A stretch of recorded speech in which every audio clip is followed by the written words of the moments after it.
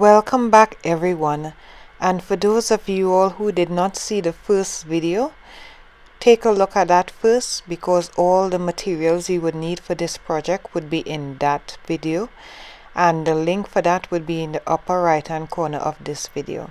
So take a look at that first and come back and look at this one. Now for the skirt section, you would cut out 7 squares, 10 inches by 10 inches. Now we are going to fold the square into half and then fold it into half again. Now we are going to take your scissors and we are going to cut a circle all the way around. Now you don't have to worry about being precise. The beauty about this design is that you don't have to be precise. Now we're going to cut a little hole at the top of our circle, and when we open it out we'll have a really nice circle. Now we are going to cut a slit in the circle so that we could wrap it around our figurine. Then we'll dip the fabric into the glue solution. Now the glue solution is half water and half glue. Now you could put more glue if you like, but I think that this is good enough. Now this would make the material nice and stiff. Now we're going to dip the fabric into the solution and squeeze out some of the water. If you want to protect your surface from all the glue and all the things that we're going to be working with, what I did, I cut open a garbage bag and spread it over my surface. So you could do that as well. Now this is where you would straighten your fabric out. As you could see before, my fabric weren't even pressed, but you don't have to press it before because it would get wrinkled up in the glue solution. So after you dip it in the glue, this is where you would straighten it out. Then we would place it onto the figurine, and now we would form the figurine the way we would like it to be. Now we would pick the front up and fix the back so that it lays right. Then we'll put the front back down and fix the drapes so that we have it forming exactly how we would want it to be in the final product. Because once it's dry, that's exactly how it would stay.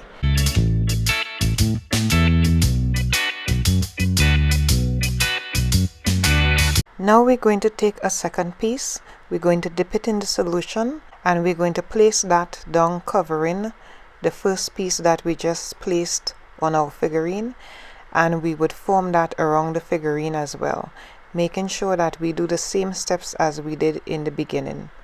Now we'll leave about a 1 to 1.5 inch overhang, and you could raise that up or you could carry it down according to what you see you need. We just need it to cover up the top of the bottom circle. Then we would raise it and we would fix the back as well. We would do that for all 7 pieces and then we would let that dry.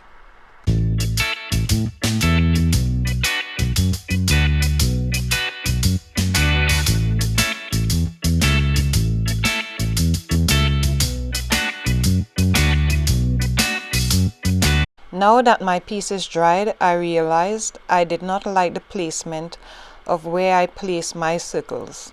So I am going to take mine apart and place them in the order that I think it should be. I want the bigger circles to be at the bottom and the smaller circles to be at the top. So I would switch them around so that they would suit how I want them to be. So I'm taking up the pieces and I'm going to glue it down in the position that I want it to be. If you have frayed edges like I have on this one, you could leave it like that if that's the style you're going for, but I am going to cut off the frayed edges off of mine's, and I want a nice finished looking edge. So I would go around all of the pieces and clean up all the edges by clipping off the edges so that it have a nice smooth finish. Now we are going to just lay the pieces down the way we want it to be on our figurine, and then we'll glue them in place. Now we'll just glue them in place one piece at a time.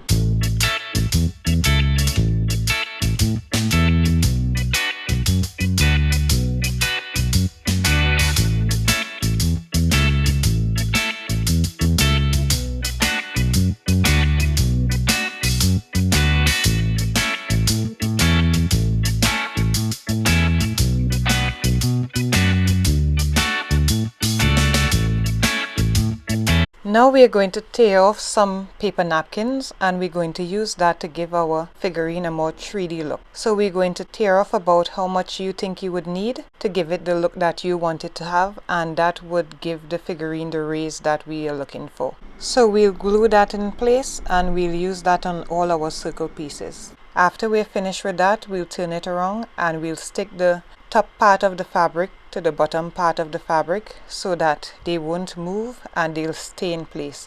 They will also give our figurine some more stability. Do that for all the pieces in the back and then we'll move on to working on the top part of the figurine.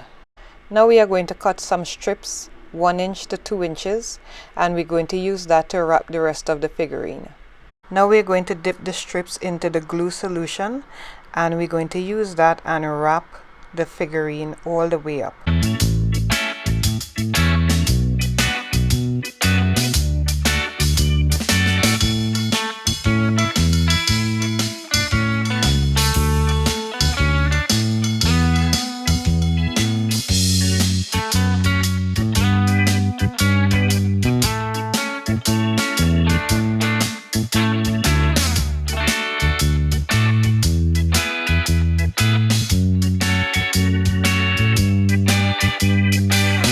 When you get to the end of your fabric, use your glue gun, stick the fabric down, get another piece of fabric, glue it to the same spot and continue wrapping.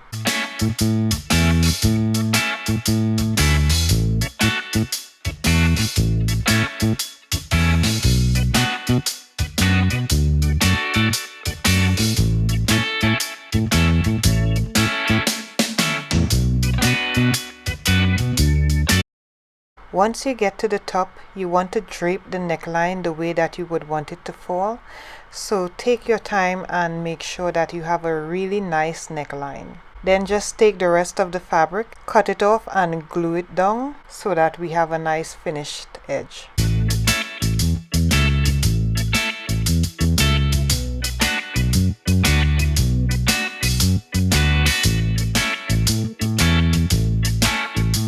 Now you want to dip a strip into the glue solution and we're going to use this lengthways going up the length of our figurine. We're going to make small gathers going all the way up. Now this would be the final look of your design. So you want whatever design that you have here to be exactly what you would like it to be. So however you want your dress to be finished, this is where you do your final design. Now what I did the gathers all the way up. Now for the hip area, I used a broader piece of fabric so that it has room on both sides. And after we are finished with that, we'll tuck all the pieces in all the way along the edge. So when it's dry, we'll turn it on the other side and we'll glue all the pieces down. But first, just design it the way that you would like it to be and make sure that you have the whole figurine covered from end to end.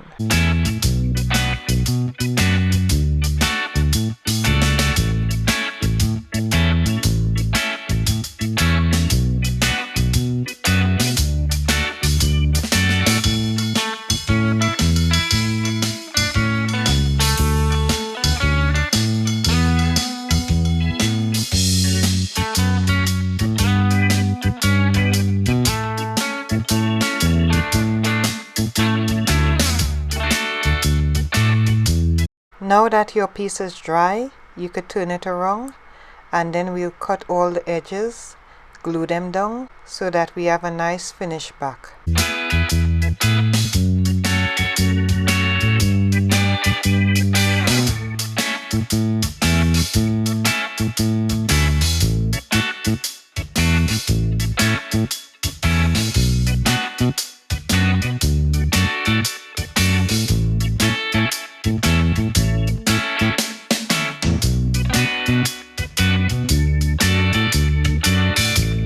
Now there was a piece that was missing underneath the arm because it's hard to get underneath there. So just cut out a piece and stick it below the arm. Now continue to glue the rest of your pieces down.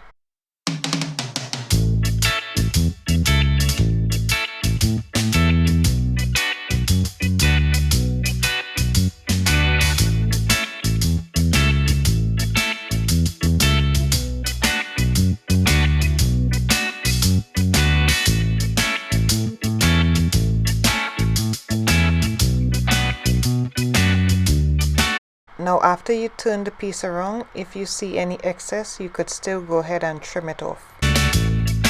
Now this part is completely up to you. You could design it however you want it to be. I just measured some diamond wrap and I used it on the hand and around the neck, and I also used some around the waist.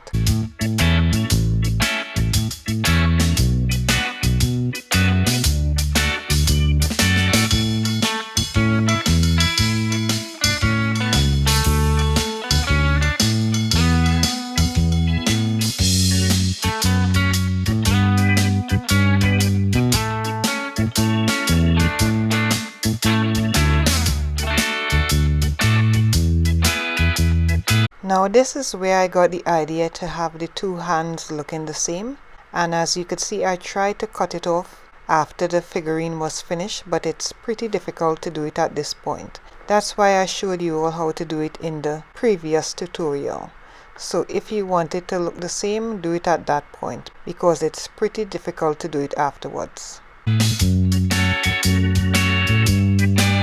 So the pieces that I cut off from the skirt earlier, I kept it, and I decided to glue it onto the top part just to give it a little bit more texture and a more 3D look. After I was finished gluing that down, I took some rhinestones that I got from the Dollar Tree. I cut off about 5 pieces and I just glued them randomly throughout the top part of the design.